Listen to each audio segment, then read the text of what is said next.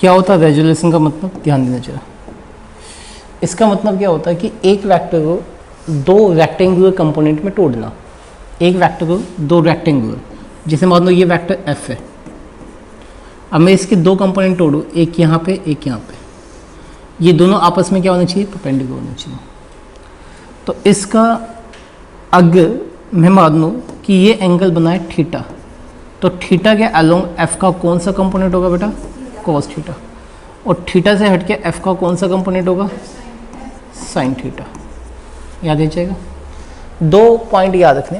Resolution का मतलब ये होता है कि एक सिंगल वेक्टर को दो परपेंडिकुलर कंपोनेंट में तोड़ना। इसे हम कहते हैं रेक्टेंगुलर कंपोनेंट ऑफ फोर्स। कौन सा, rectangular component of force, force oblique vector, एक वेक्टर के दो कंपोनेंट में तोड़ना, वो ये होता है। कोई डाउट है यहाँ तक? अब इसमें दो चीज़ें याद रखनी है। पहला पॉइंट कि बोथ कंपोनेंट, दोनों के दोनों कंपोनेंट शुड बी क्या होने चाहिए बेटा, should be perpendicular to each other, एक दूसरे के साथ क्या होने चाहिए, परपेंडिकुलर होने चाहिए। दूसरा आपको पता होना चाहिए the component which make theta angle with vector f is क्या होगा, f cos theta, and other perpendicular component जो होगा इसका, यानी कि थीटा के अलोंग जो हो गया वो हो गया f cos theta, and other perpendicular component is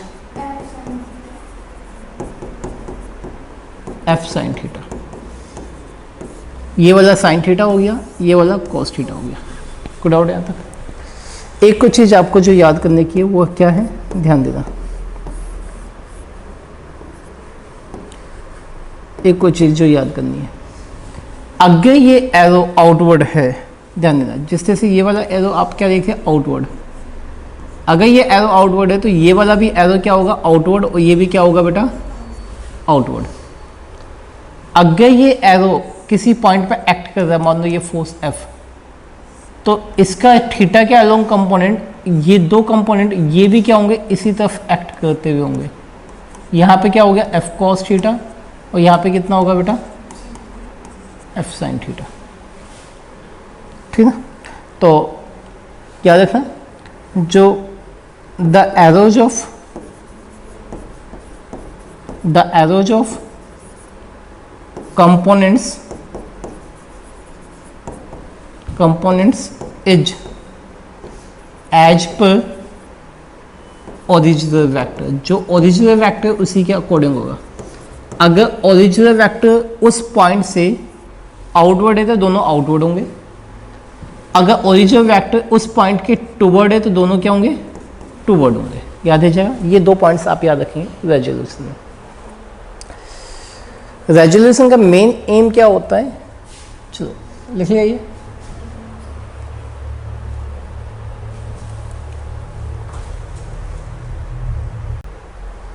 समझिए इसका मेन एम क्या है, इसका आप कह सकते हो फंक्शन क्या है या यूजेज क्या है, यूजेज एप्लीकेशन क्या है। पहली बात तो हमें ये बताता है, रेजोल्यूशन ये बताता है कि कौन सा कंपोनेंट क्या काम करेगा।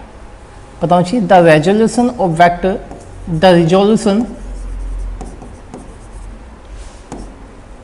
टेल्स अबाउट what component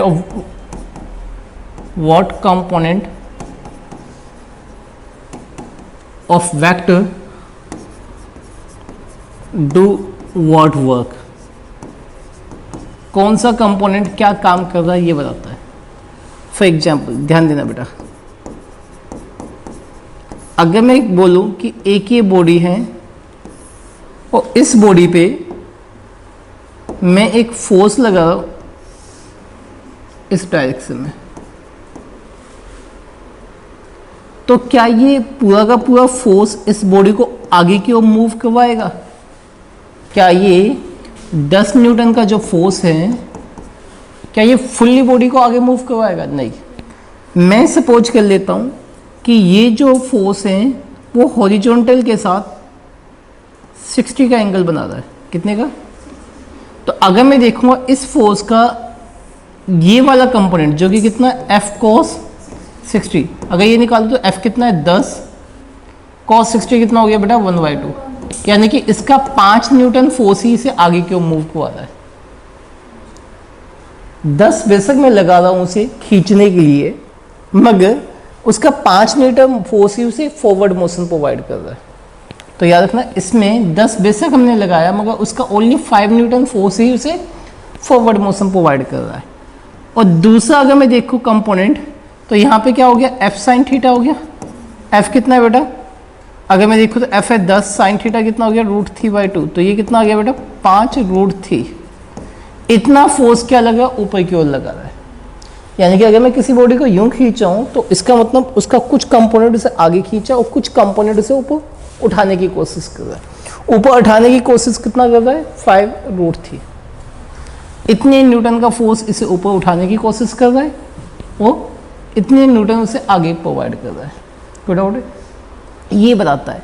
तो अब अगर मैं देखूं तो इस कंसेप्ट से हमने देखा कि बेशक मैंने उसे 10 न्यूटन का फोर्स लगाया है, मगर 10 न्यूटन उसे फॉरवर्ड मोशन प्रोवाइड नहीं कर रहा। फॉरवर्ड मोशन उसका सिर्फ और सिर्फ 5 न्यूटन प्रोवाइड कर रहा है और 5√3 न्यूटन उसे ऊपर की ओर उठा रहा है। इट मीन्स, ध्यान दो व्हाट इट मीन्स। कल मैंने कंपोनेंट भी बताया था तुम्हें आई और जे के हिसाब से, है ना? आई और जे के हिसाब से कंपोनेंट भी बताया। तो अगर मैं इस वेक्टर को लिखना चाहूँ तो this force is nothing but कितना हो गया 5 आई कैप प्लस में 5√3 जे कैप, ये हो गया। तो यानी कि आप किसी वेक्टर को कंपोनेंट की फॉर्म में लिखना चाहेंगे यहाँ पे इस वेक्टर F को, तो इसके दो कंपोनेंट हो गए F cos थीटा, ये तो मैग्नीट्यूड है, इसकी डायरेक्शन क्या है एक्स एक्सिस क्या लूँगा, और दूसरा क्या हो गया बेटा F sin थीटा जे एक्सिस। ये आपको 2 डायमेंशन मोशन में, प्रोजेक्टाइल मोशन में, रोटेशन मोशन में बहुत कंसेप्ट यूज होगा ये वाला। इवन फोर्सेज के कंपोनेंट तोड़ने के लिए भी कि कौन सा कंपोनेंट क्या काम कर रहा है, इसकी नॉलेज के लिए भी ये नॉलेज आपको होनी चाहिए। अब ध्यान दो, अगर मैं इसका मैग्नीट्यूड निकालूं, कल मैंने मैग्नीट्यूड भी बताया था कैसे निकालते हैं बेटा, 5 का स्क्वायर प्लस में 5√3 का स्क्वायर कितना आ गया। अगर मैं देखूँ तो 5 का स्क्वायर 25 प्लस में 25 इंटू में 3 75, तो कितना आ गया 10 न्यूटन। क्या 10 न्यूटन नहीं था ये फोर्स? आ गया। मतलब इस फोर्स को मैं इस फॉर्म में भी लिख सकता हूँ। इसी को कहते हैं रेक्टेंगुलर कंपोनेंट। क्योंकि ध्यान दो, क्यों बोला रेक्टेंगुलर कंपोनेंट? क्योंकि अगर मान लो ये फोर्स है, आप इसके दो कंपोनेंट तोड़ रहे हैं, एक ये एक ये, इन दोनों को मिला के क्या ये रेक्टेंगल नहीं बन जाएगा? That's why it is called rectangular component. इस F के दो कंपोनेंट हो गए, एक तो F cos थीटा और दूसरा F sin थीटा, ये हो गया रेक्टेंगुलर कंपोनेंट ऑफ फोर्स। ये कंसेप्ट है, समझ में आ गया? ये बहुत ज़्यादा हेल्पफुल है काफ़ी कॉम्प्लिकेटेड क्वेश्चंस के लिए। अब इसका दूसरा एग्जाम्पल भी देखो। फॉर एग्जाम्पल ध्यान दो, सपोज को अगर कोई ऑब्जेक्ट, ये एग्जाम्पल 2,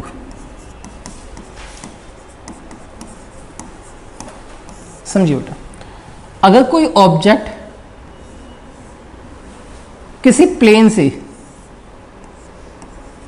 स्लाइड कर रहा है, तो कोई बताएगा क्यों स्लाइड करेगा भाई, किस वजह से वो स्लाइड करेगा? समझिए, तुम्हें पता है अगर मैं कोई भी चीज यहां से छोड़ूंगा तो बिकॉज ऑफ ग्रेविटी वो नीचे की हो गिरेगी, यानी कि इस पे एक फोर्स लगा है, वो भी ग्रेविटेशन फोर्स, वो वर्टिकली डाउनवर्ड लगा है। कैसे लगा है बेटा? Vertically downward, mg। मगर अगर मैं कहता वो अपने वेट की वजह से गिर रहा है, अगर वो वेट की वजह से गिर रहा है तो बेटा कुछ सिचुएशन ऐसी नहीं होनी चाहिए। बेशक वो यहाँ पे है भाई, वेट तो यहाँ लग रहा है ना, तो वो यूं पेनिट्रेट करता हुआ ऑब्जेक्ट यूं नीचे गिरेगा। गिरना चाहिए नहीं गिरना चाहिए, मगर ये गिर नहीं रहा है, ये तो स्लाइड हो रहा है, क्योंकि ये इंक्लाइंड प्लेन है। ये एक इंक्लाइंड प्लेन है, तो ये उस इंक्लाइंड प्लेन से क्या हो रहा है? स्लाइड कर रहा है। स्लाइड करने की खासियत क्या होती है, कोई भी बॉडी अगर स्लाइड कर रहा है तो ध्यान से सुनना, ये यूं जंप तो नहीं किया, ये स्लाइडिंग सरफेस के साथ कांटेक्ट में, यानी कोई उसे नीचे की स्लाइडिंग के साथ कांटेक्ट भी प्रोवाइड कर रहा है और दूसरा फोर्स उसे नीचे स्लाइड भी करवा रहा है। तुम देखो तो वो सिचुएशन कैसे बनेगी यहाँ पे समझिए। आप देखिए तो इसके अगर मैं दो कंपोनेंट तोड़ दूं तो ये बनेगा इस mg के, ये अगर थीटा है तो ये 90 माइनस थीटा, तो ये वाला थीटा हो गया, ये याद करना है आपको। तो आप देखोगे तो mg का cos थीटा कंपोनेंट वो इसे यूं दबा रहा है ताकि वो सरफेस के साथ ही टच करता हुआ, ये देखो तो दबा रहा है ना इसे।